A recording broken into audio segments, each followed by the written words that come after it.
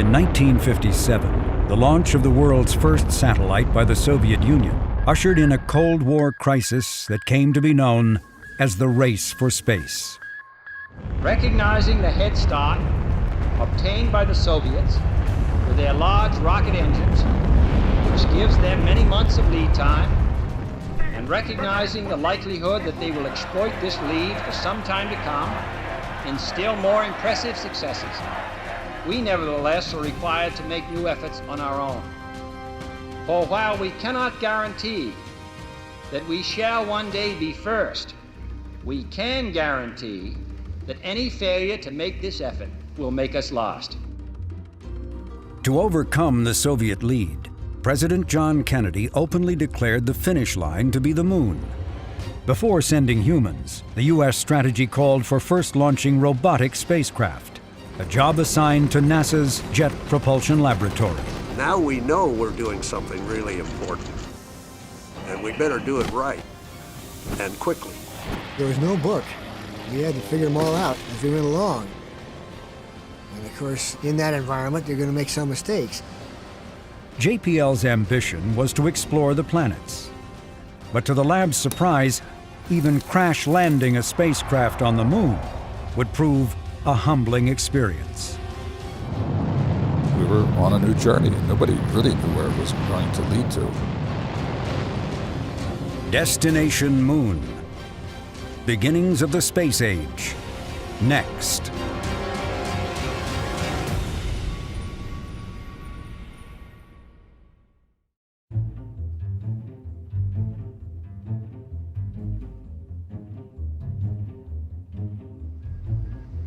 In October of 1957, the Soviet Union shocked the world with the launch of the first Earth-orbiting satellite, Sputnik. America's response, a satellite called Vanguard, was also a surprising and spectacular event.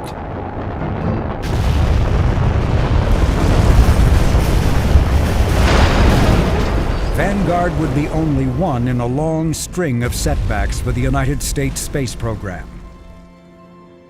On a visit to the U.S. in 1959, Soviet Premier Nikita Khrushchev made sure to underscore the disparity between the two nations. A successful moon rocket heralded Khrushchev's arrival in America, a scientific feat heavily capitalized on by red propaganda. It gave solid foundation to Khrushchev's boasts of Soviet achievement. America's hopes for competing in the race for the heavens rested with its newly formed space agency, the National Aeronautics and Space Administration. NASA was given an assortment of technical facilities scattered across the country. One of them was the Jet Propulsion Laboratory in Pasadena, California. There was about 500 employees. Maybe half of that was engineers and scientists. Procurement was one guy. Now it's a whole division of people. Parking is a big problem now.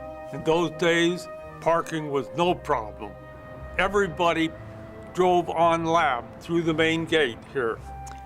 Park wherever you want. Of all the groups NASA inherited, JPL was a part.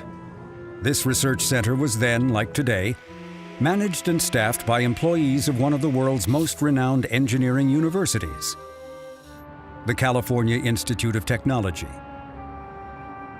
JPLers were accustomed to a tradition of independence. From JPL's perspective, NASA was a newcomer with no portfolio. In contrast, JPL had built missiles and the first successful U.S. satellite, Explorer 1.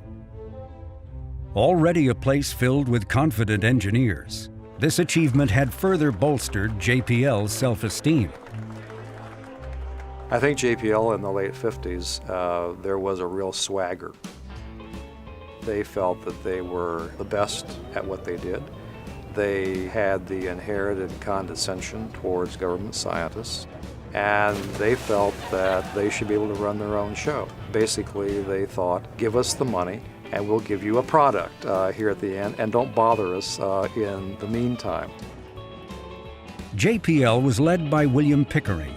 A New Zealander by birth, Pickering came to Caltech to study electrical engineering and went on to become the laboratory's director. When NASA asked Pickering his ideas for the nation's robotic space program, he responded with an ambitious plan that called for JPL flying an armada of spacecraft to the Moon and nearby planets.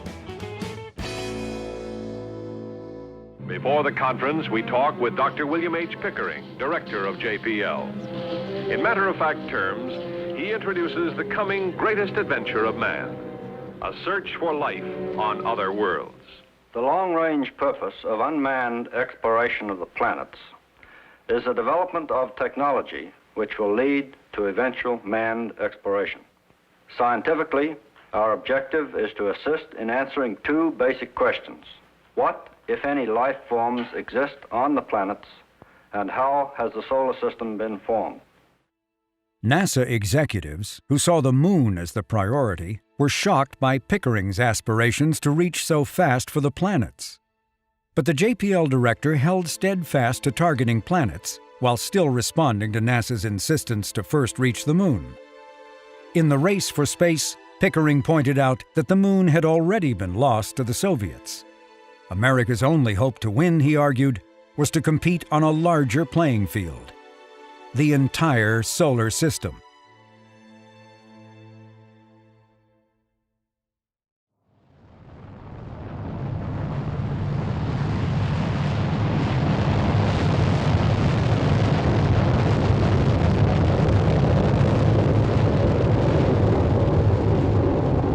Whether the destination was the Moon or the planets, no one was going to go anywhere without a reliable rocket. For both its human and robotic programs, U.S. plans called for modifying military missiles, but they were having problems of their own. Lacking a powerful enough rocket to reach a planet, JPL had no choice but to throttle back its expectations and first target the Moon. We were given the assignment as the NASA Center for Deep Space Exploration. Nobody else had that role. Our assignment was to come up with a spacecraft that could go to the Moon. I led the design team for that, and that was pretty great stuff. We didn't know what we were doing, and there was nobody around that could tell us. We were inventing stuff. Come and take a trip in my rocket ship. We'll have a lovely afternoon. Kiss the world goodbye, and away we'll fly. Destination Moon. The strategy called for first building a spacecraft that could obtain close-up images of the Moon before crashing onto the lunar surface. These spacecraft, called Rangers, were to be designed and built at JPL. A second type of spacecraft would visit the nearby planets Venus and Mars. Meanwhile, JPL was to select and manage the work of an industrial contractor that would build a third kind of spacecraft, one capable of soft landing on the Moon. What seemed the least challenging of these three spacecraft were the moon-crashing Rangers. You don't need a high-gain antenna or solar panels to go to the Moon. You just have batteries and an antenna that big. Fine, they get us there. You see, so our whole Ranger philosophy was planetary precursor. In charge of the Rangers was Jim Burke. He was a Caltech graduate, a former naval aviator who had learned his trade at JPL, building missiles for the Army. I wasn't afraid of the job. I thought it would be fun. Well, turned out a little different. Burke was well-liked for his infectious enthusiasm and informal style, a demeanor that gave little hint of the enormous pressure he was now under. Pressure is always part of any project management job, but young and frisky and full of pep and armed with a good degree from a good university and a lot of very smart friends, who minds a little pressure? Up in the sky. Destination Moon.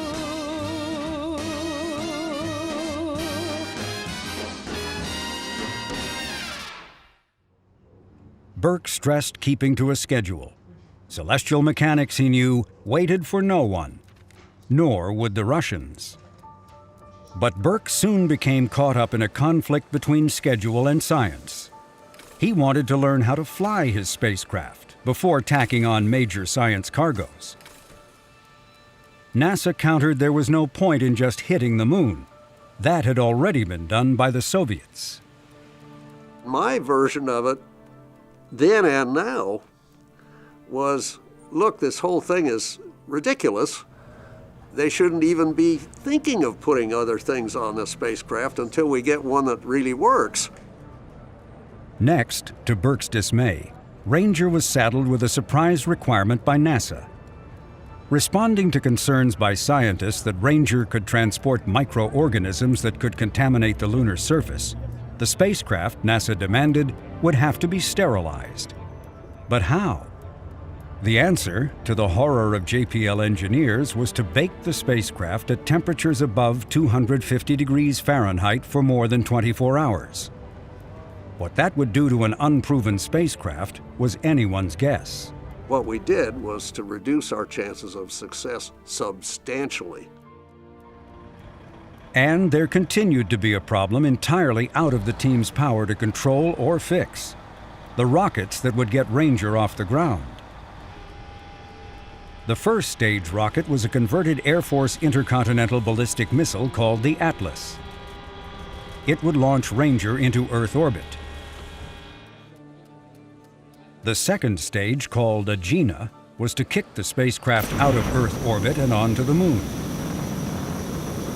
But it was behind schedule and hampered by technical problems.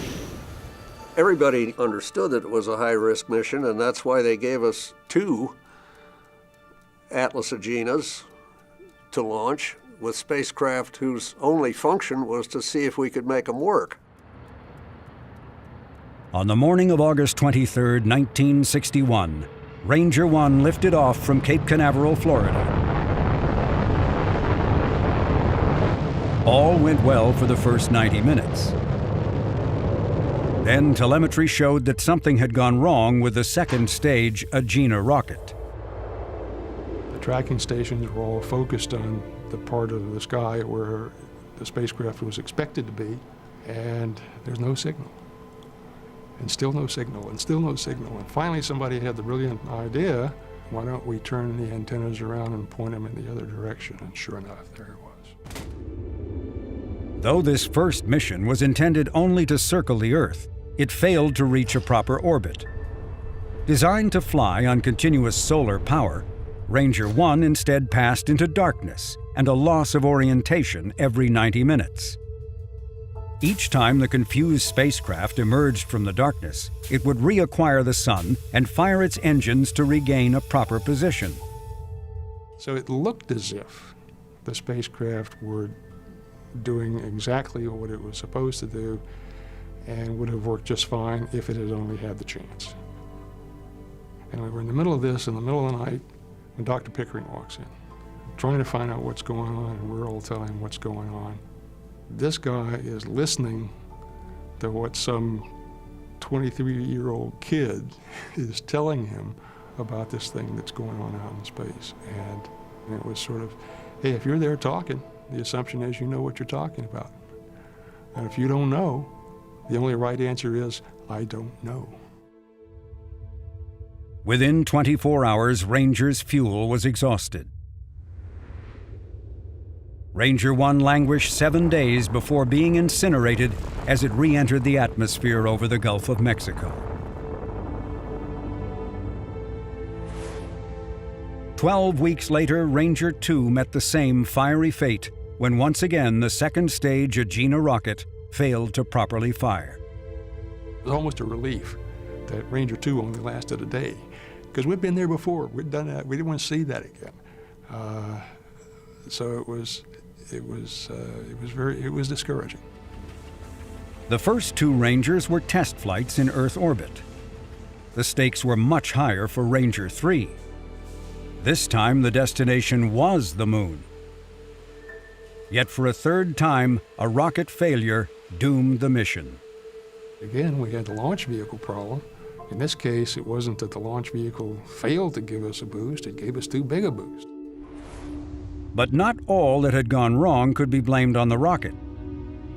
Ranger 3's central computer failed, causing the spacecraft to lose its orientation. Instead of pictures of the lunar surface, the spacecraft beamed back a blank screen.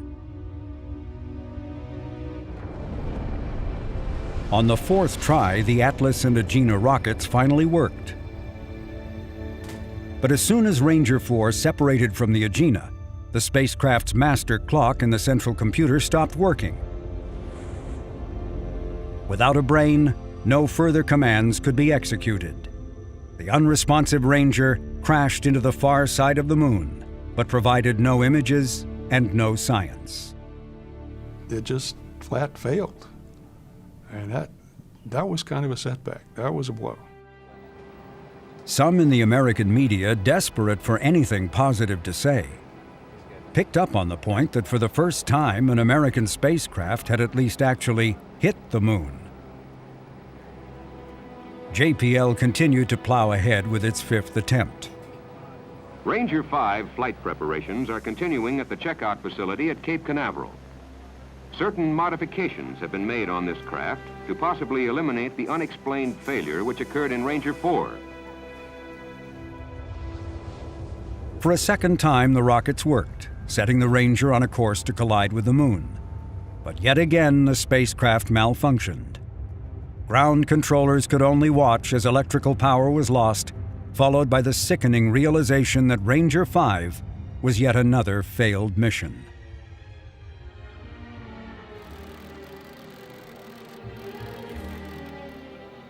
Born to lose, I've lived my life in vain. The once confident JPL engineers were now deeply shaken. Crash landing on the moon had been the least of their ambitions.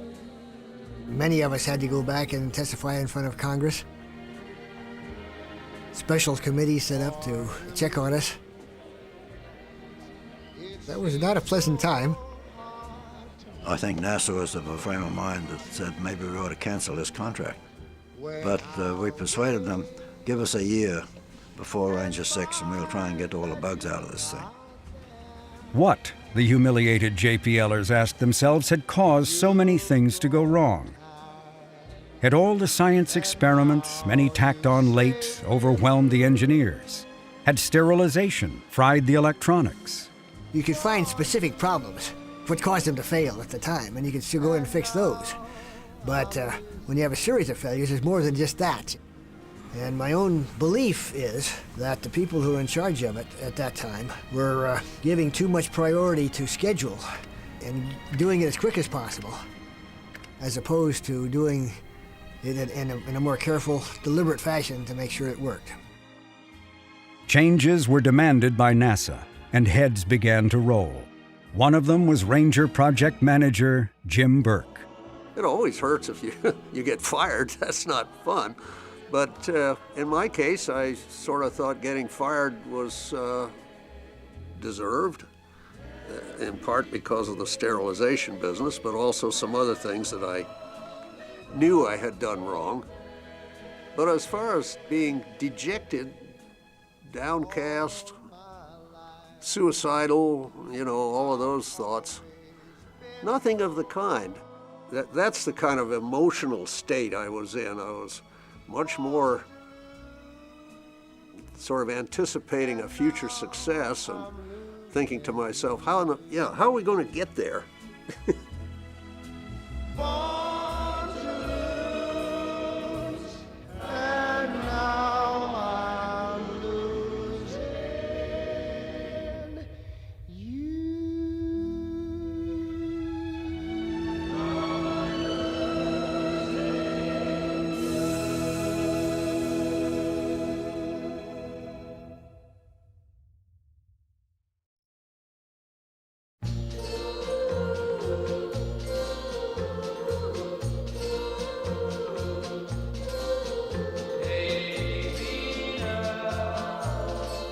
Even in the midst of the Ranger crisis, JPL was hard at work on other missions. In the summer of 1962, final preparations were underway for the first U.S. attempt to reach Earth's nearest planetary neighbor. Venus provided the best chance for a spacecraft to reach its destination. The spacecraft, though, was not what JPL engineers had first planned on sending. Mariner was to be a new design, really a second-generation spacecraft that was specifically designed to go to Mars and to Venus. But the design was not far enough along for it to be used for the Venus 62 opportunity. So we actually took a Ranger, we called them Mariner 1 and Mariner 2, the first two Mariner missions to Venus, but they were Ranger spacecraft. Not many people know that. Mariner R is a hybrid design using features of both the Mariner A and the Ranger spacecraft. The key experiments are a microwave radiometer and an infrared radiometer. JPL was also beginning to understand the importance of underscoring with the public the risks involved in space exploration.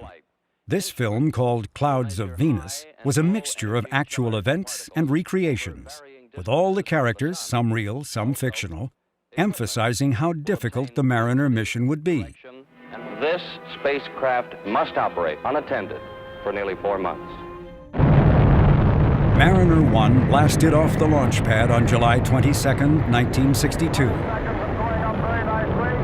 At first, all went according to plan, as the Atlas rocket accelerated through Mach 1, 2, and 3.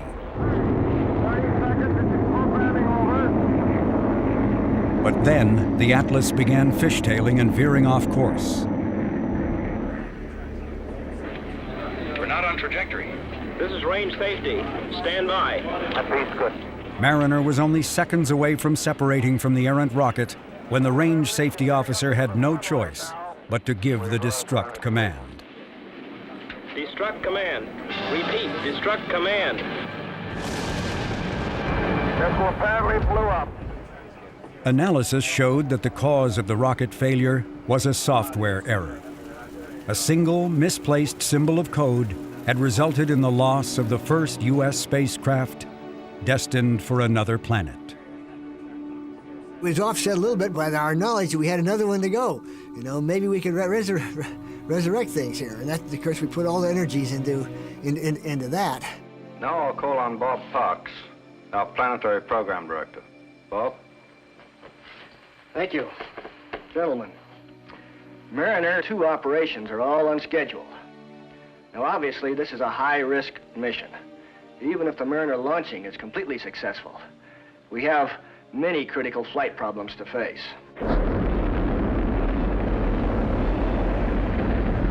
With the software problem corrected, Mariner 2 lifted off and began its 3.5-month journey to Venus.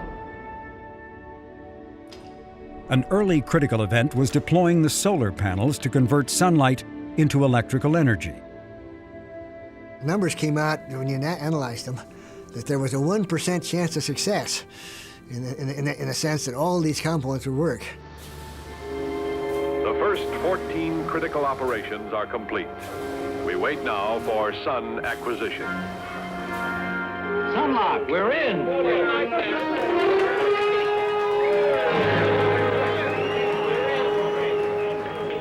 Like the man said, we're in.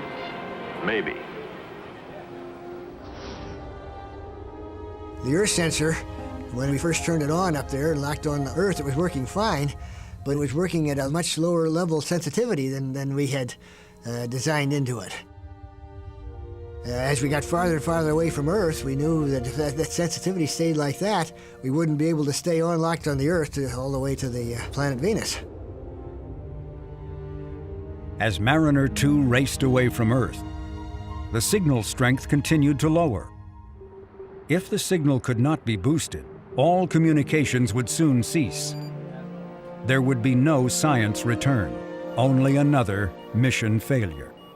And just a few days before it would have stopped being able to track, the signal strength jumped up to where we designed it.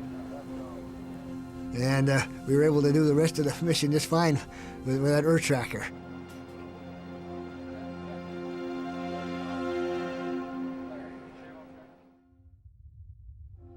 Another pressing issue was keeping Mariner 2 on a proper course. Tuesday afternoon, it is decided to go ahead with the trajectory correction. Goldstone engineers send roll, pitch, and velocity commands to the spacecraft. The motor is fired and shuts off on time. Now we must wait. New tracking data will determine if the flight path has been corrected. 2 hours later, newsmen gather at JPL. The mid-course maneuver was successfully accomplished. The spacecraft has reacquired the sun. Have we gone past the point of any further correction? Are we now going for broke? Yeah, that is correct. We can make no further correction. We're either right now or else. We still have approximately 100 days to go before we arrive at Venus. For 100 days, JPLers worked around the clock, steadying what was becoming an ever more troublesome spacecraft. One of the members of the team was a 22-year-old flight controller who was both a pioneer in exploring the planets and venturing into the male-dominated world of engineering. I found myself not only involved in the planning of the operations, but the actual conduct of the operations. And before I knew it, I was 22, and I had been assigned as one of several flight controllers on Mariner 2. I was good at that work. I was good at operations work. I had a shift of my own, usually midnight to 8 in the morning. Women didn't have opportunities like that, and there were some number of people who were pretty sure that they shouldn't. That flight was probably the largest experience in growing up a young woman could have. I got through it, and I was very proud of myself for getting through it. But from then on, everything seemed easier. In December, Mariner 2 was closing in fast on Venus, but it was in a precarious state. Portions of the spacecraft were overheating. Several critical telemetry sensors had stopped working altogether. It was taking all the energy the solar panels could produce to keep the spacecraft functioning. On December 14th, Mariner 2 made its closest approach to Venus, flying by at a distance of 20,000 miles. In Pasadena, a steady stream of science data came pouring back as audible sounds throughout mission control. Scientists were elated, although most of the results were more confirmations than new discoveries.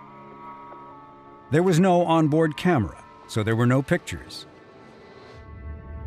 There was also no sign of a magnetic field or a radiation belt like Earth's. For a planet considered Earth's twin for its size and near proximity, Venus revealed itself to be a hellish world filled with carbon dioxide, and where surface temperatures are hot enough to melt lead.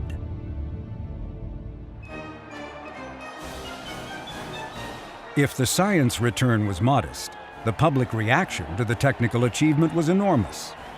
For the first time, the United States could point to its first in the race for space. It is a proud time for the U.S., Time magazine proclaimed. No achievement by a Russian cosmonaut or U.S. astronaut, no experiment made by any of the myriad other satellites that have been shot aloft has taught man nearly so much as the improbable voyage of Mariner 2. William Pickering found himself featured on the cover of Time. Pasadena honored the JPL director by naming him Grand Marshal of the Tournament of Roses Parade.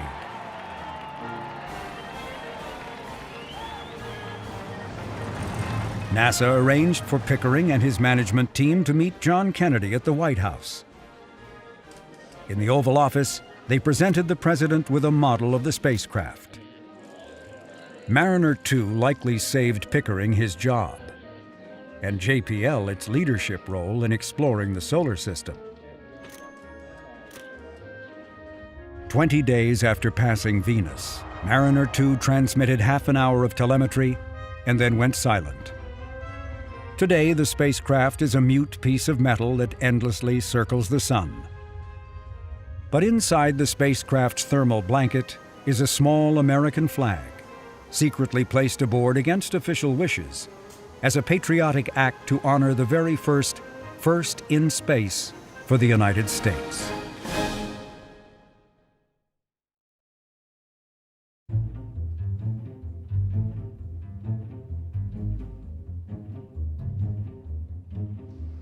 The success of Mariner 2 and a reconstituted Ranger team buoyed hopes that the next attempt to hit the moon would be different than the previous 5 attempts.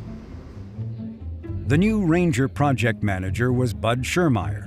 His resume was identical to that of his predecessor, Jim Burke. Schirmeyer was also a Caltech graduate and a former naval aviator. The two men were also close friends, which helped to reformulate the project. I know it was a big job, but I don't know, I guess that I just said, okay, let's jump in and do it. By golly, we're going to make this thing successful. The worrisome requirement of sterilizing the spacecraft, once deemed of vital concern, was abandoned. To the dismay of scientists, all science experiments were tossed off except one, sending back live television pictures of higher quality than could be seen through earthbound telescopes. There were a lot of scientists that said, pictures, that's not science. That's just public information. Over the years, that attitude has changed so markedly, and so much information has been obtained just from the photographs that it has been an outstanding scientific instrument. When Ranger 6 reached the launch pad in January 1964, it could claim the distinction of being the world's most tested spacecraft. The destination was a candidate landing area for the Apollo astronauts. Ranger missions were originally intended to help select these sites, but running so far behind schedule, the best Ranger could now do was to provide close-up images of where the Apollo mission planners had already decided they were going to go.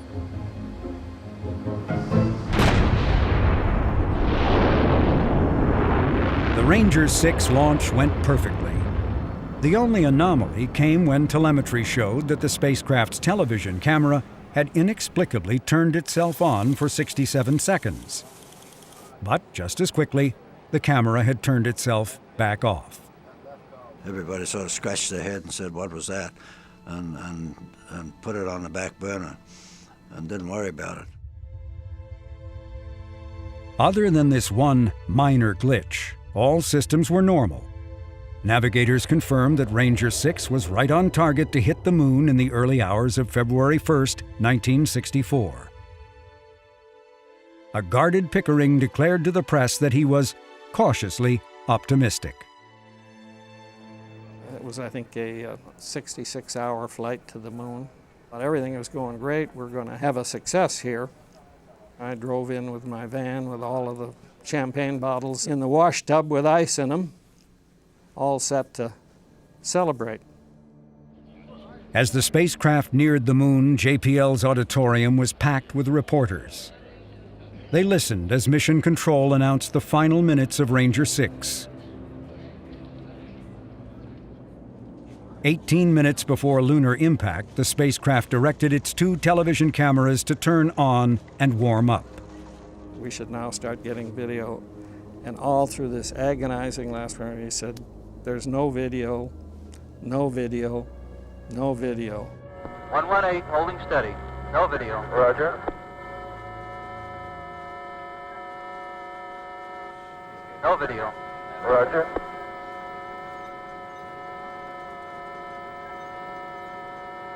Still no video. Roger. It was just heartbreaking. We got all the way to the moon, and we got no pictures. Everything worked flawlessly, we thought, up till then. The unthinkable, the unbearable, the unbelievable had occurred.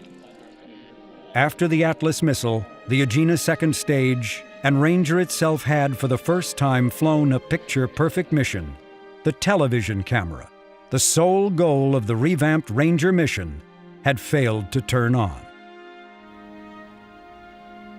That was really disastrous to us all. A shell-shocked Pickering arose from the console and declared he never wanted to go through such an experience ever again. It was a very sad experience for the lab, and probably the low point in the lab's history. You know, we were terribly disappointed because we had stopped and regrouped, as they say, but had missed a design flaw in the system. And we got bit by it.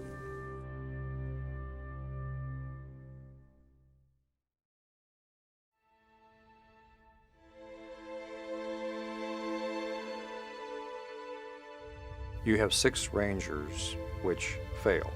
With each failure, the pressure on JPL became more intense, and after number 6, this was really a catastrophe. The program came to a halt. There was a congressional investigation and a number of investigations by NASA headquarters.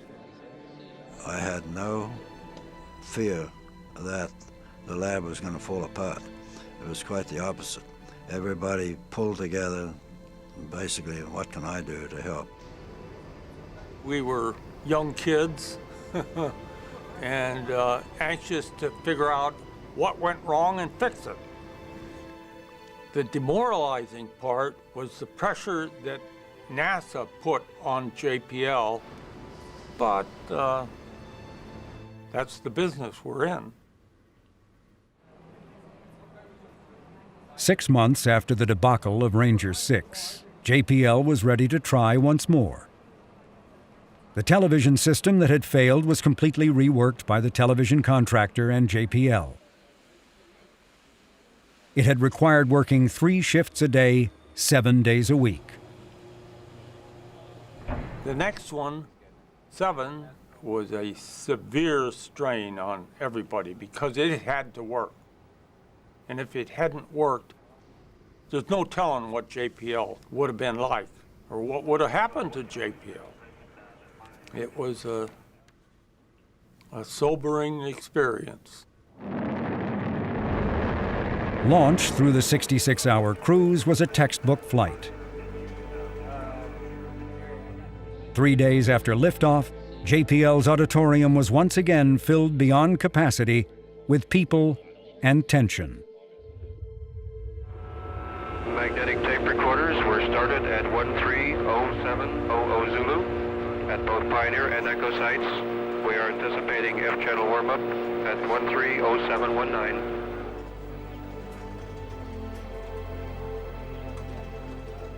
Coming up on impact, minus 18 minutes. Channel F still in warm-up. We are 1 minute to full channel power. All magnetic and kinescope recorders are gold. This is Goldstone TV control. F-channel is still in TV warm-up. We are anticipating turn-on momentarily. We are 5 seconds from full power. We have full power on F-channel. Roger. Full power on F-channel. All kinescope recorders are recording. All magnetic tape recorders are recording. Video is very strong. Video is very clean. This is Goldstone TV control. Preliminary photographic analysis of the video indicates we have good signal strength from the moon. We definitely are able to see craters.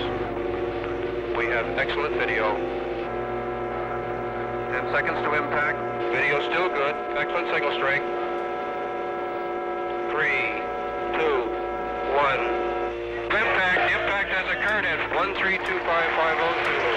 All video data was excellent right up to impact. All cameras were functioning. Transmitters were functioning properly. This is Goldstone TV control. Oh, roger. When impact occurred, the auditorium erupted in a great cheer. People shook hands and hugged one another. Some wept. One hard-nosed engineer likened the event to a spiritual experience. There was joy all around, as you can imagine, after the trials and tribulations of getting to that point. There was not a dry eye in that room. Failure was nothing to be afraid of, you learned. But success was such an emotionally overwhelming situation that it let loose. Some people had smuggled in some champagne, and champagne bottles were opened. It was a great celebration. But in the middle of the festive atmosphere, somebody handed me a little note and said, "Dr. Pickering wants to see you." What did he want to see me about? I went up to his office and he handed me a photo. Said, "Here, Jim." It was the first high-resolution picture.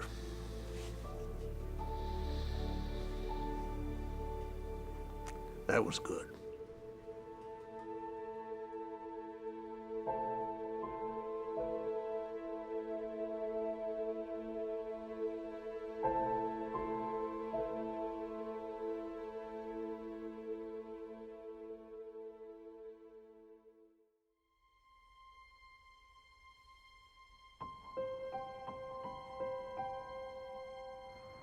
Later in the day, after Ranger 7's crash landing, the most detailed pictures of the moon ever taken were presented to an anxious press.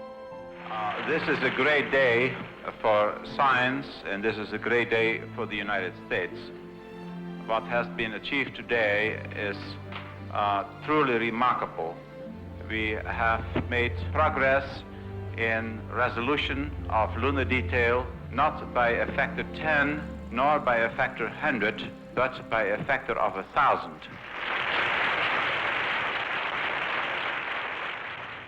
Next, Pickering and NASA officials rushed to Washington to brief President Lyndon Johnson. 2 more Rangers would fly to the moon. Though scientists were pleased with the images, they did little to resolve questions about Earth's orbiting companion. Rangers' pictures are like mirrors, one scientist declared, and everyone sees their own theories reflected in them. Of all the questions NASA wanted answered, the most important was knowing what the surface would be like for Apollo astronauts. Was it solid? Would it support the weight of an astronaut, let alone their lander? Or would layers of dust act like lunar quicksand and swallow them whole? NASA had hoped the answers would come from Surveyor. This was JPL's first experience in overseeing on behalf of NASA the work of an aerospace company, and the process had not gone smoothly. The Surveyor program had started in 1960 as a very hands-off contract arrangement. That was how NASA wanted it. In fact, NASA hoped JPL would adopt more to the industry's ways of working. But the contractor, Hughes Aerospace, was struggling, for good reasons. Surveyor was far more technically challenging than the Rangers. This spacecraft not only had to soft land on the moon, it had to do so autonomously. It was also expected to send back images and science data from the lunar surface, not for a day, but for weeks. By 1964, the project was over its budget by a factor of 5 and far behind in its schedule. Surveyor was in deep trouble.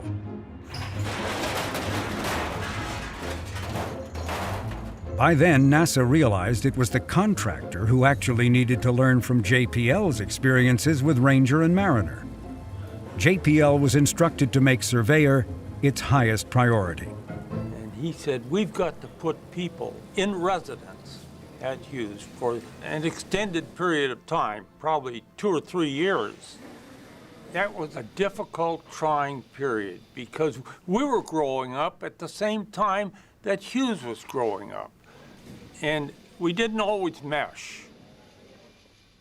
A trying time. JPL responded by assigning hundreds of its engineers to the project. they flooded into Hughes, elbowing their way into the minutiae of the project. After kind of an initial adjustment period, I think everybody turned to and began to recognize the importance of Surveyor, and certainly the importance that NASA placed on Surveyor as being the precursor for Apollo. It just couldn't afford to fail. Standing 10 feet high, the Surveyors weighed over 2,000 pounds. The first one was a stripped-down model carrying only a television camera. Surveyor 1's testing program had gone so poorly that the flight's primary objective was only to operate through its mid-course maneuver. It was not even expected to hit the moon, let alone soft land. In those days, we launched a lot of them because we expected failure. The Surveyor 1 was deemed by Hughes Aircraft and by NASA headquarters on the day of the launch as being kind of the engineering test model. So if it met the majority of its objectives, they would be pretty happy. But it's pretty obvious they had a higher expectation of failure. We are now well into the countdown at approximately 3 minutes before liftoff. All systems are reported in excellent condition at this time. Pressurization. Go, Atlas. Go, Centaur. Atlas autopilot. Go. Centaur autopilot. Go. Launch director. Go.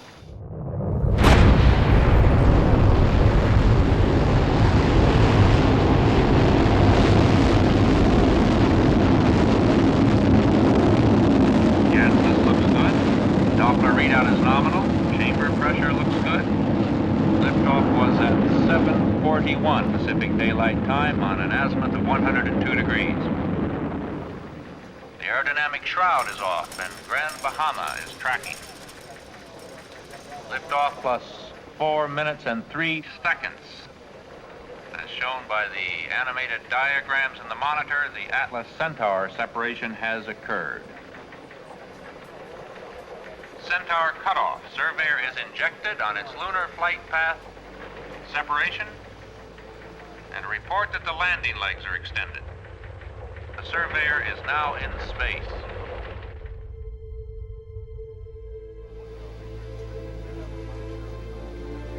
"63 hours after launch, Surveyor 1 was only 1,000 miles away from the moon, with the speed increasing as the moon's gravitational attraction beckoned.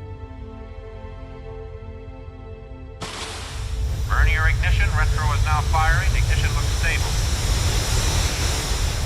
Falling steadily. 63,000 feet, 3,500 miles an hour. Now at 30,000 feet. Retro burnout confirmed. The vehicle was supposed to enter a fixed rate of descent. So that happens. 28,000 feet, 425 feet per second, 24,000 feet. Falling steadily. Down to 12,000 feet. 10,000, all signals normal. Surveyor reported in excellent condition, all signals good. 1,000 foot mark. 800 feet. 600. 400 feet. 200 feet. 100 feet, 13 feet per second speed. At a certain distance above the surface, the engines are all supposed to shut off. And then it's supposed to drop to the surface. And the engines all shut off.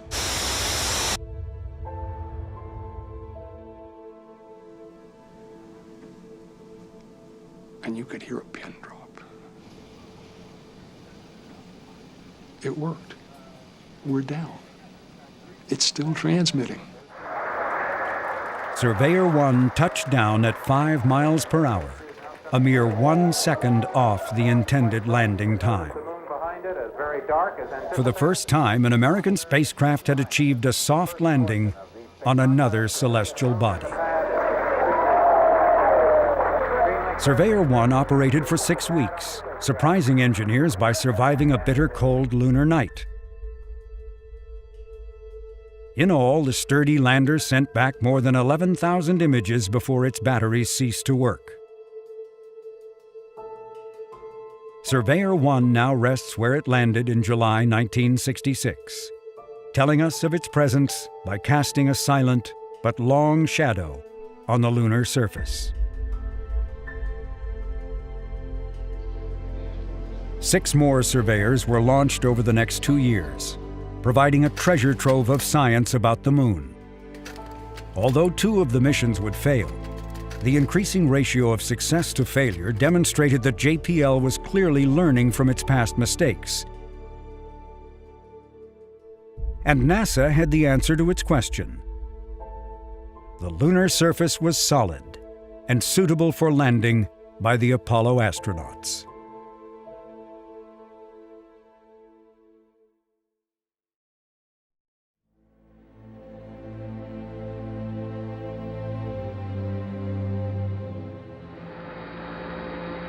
It's one small step for man, one giant leap for mankind. When Neil Armstrong first set foot on the moon on July 20th, 1969, JPL could point with pride that they had helped to create the pathway, at least in providing the evidence that a soft landing by the Apollo astronauts was possible. And it gave engineers in NASA a lot of confidence about, that we wouldn't sink into the dust. Alan Bean was the 4th person to walk on the moon. Assigned to Apollo 12, Bean and Mission Commander Pete Conrad's task was to improve on the navigation of Apollo 11. The first mission to land on the moon had missed its intended landing site by 4 miles. They said, look, we've got to demonstrate and develop capability to land exactly where we want to, and that's the job they gave us. Apollo 12's assignment was to attempt, in essence, a pinpoint landing. And they said, well, how are we going to know if we really landed there? Well, let's pick some place that's got something there that doesn't look like all the rest of the craters on the moon. The answer was to use a landmark, but not a natural landmark. They chose Surveyor 3. The interesting thing to me was they didn't know where Surveyor 3 had landed either. Okay, we're out of 19,000 feet. I got some kind of a horizon out there. I got some craters too, but I don't know where I am yet. Okay. I'm trying to cheat and look out there. I think I see my crater. Hey, baby. I'm not sure. P64, Pete. P64. Hey, there it is. There it is. Son of a gun, right down the middle of the road. Outstanding. 42 degrees, Pete. Hey, it's targeted right from the center of the crater. Look out there. I can't believe it. Amazing. Fantastic. Oh, we found that crater, and we were going to land on the near edge of it. There was too many blocky rocks there, so we overflew it and then landed on the far right corner. And we still didn't know that Surveyor 3 was there. We said, we're at the right crater. I hope Surveyor 3 is here. I'm headed down the ladder. Okay, wait, let me get the old camera over there. Okay.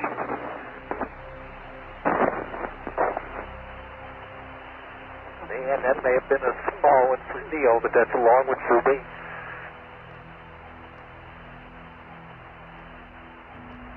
Boy, that sun's bright. That's just like somebody shining a spotlight in your hand. Oh, you'll never believe it. Guess what I see sitting on the side of the crater? The old surveyor, huh? The old surveyor, yes, sir. Does that look neat? It can't be any further than 600 feet from here. It was just starting to come into light. The solar panels were just illuminated, and there it was sitting right where it was supposed to be. So it felt really good. Apollo 12's mission included bringing back to Earth parts of Surveyor 3, but the spacecraft had landed in what appeared to be a deep crater. So we began to talk about how we're going to get down there. This is too steep. We're liable to slip down in the crater and can't get out. We don't have any ropes with us. We were concerned about it. When we got out the next day and looked over there, the sun was on that slope, and then it was obvious that it was about 13 degrees and we wouldn't have a problem.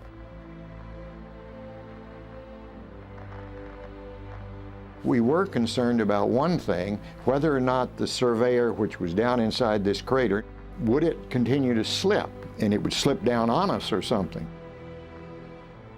Yeah, you're closer than 15. Don't go any closer. Yeah, maybe I better back up. Attaboy. Okay, now let me get that footpad. That's a beautiful shot there. Now look, you can see which way it came in. See the way this gear pad's dug in over there? Dug up dirt, and you're still sitting there. Yeah. Go ahead, you get yourself in the photo, too. Hey, big smile. Okay. Okay, Al, we're ready to start getting a TV camera. Okay. The television camera was of special interest because of the number of different components it contained. Scientists and engineers wanted to know what 2.5 years of exposure on the moon had done to them. I better be careful. I'm going to get dust on it. There was optics in there, there was wire, there's lubrication, all different kinds of metals. So that's why this thing seemed important to bring back. It was a lot more difficult to cut those stanchions for Pete. So he fooled with it a while and rotated them and cut through. We weren't going to be denied. Okay, 2 more tubes on that TV camera and that baby's ours. That's ours. That's baby. We got her. Beautiful. Then we looked around for other things that we could get, and of course the scoop was right there. They didn't ask us to bring it back, but it looked pretty tempting. Let's get the scoop while we're at it. Didn't think you were going to leave without a scoop, did you? No. When parts of Surveyor were brought back to Earth, scientists made what seemed an astounding discovery. They found inside the camera a common bacterium, Streptococcus mitis. Had this bacteria survived a trip to the moon and back? Or had it been introduced in the lab? We found out over the years since that time that life is very tenacious and comes up even at the bottom of the ocean out of volcanic vents. There's life down there. So I think this is just an example of life from Earth going to the moon and staying there. Whether or not Surveyor brought bacteria back to the Earth remains an unsolved mystery. But the assertion raised in a new and serious way the question of life existing elsewhere. In the years since first touching the moon, Mars has become a prime candidate as a place where microbial life might have once, or might still, exist. And it was Mars where NASA and JPL next set its sights. And perhaps one day in a future not as distant as we might think, another astronaut will again bend down and touch a robotic explorer, one that once roamed the surface of the red planet.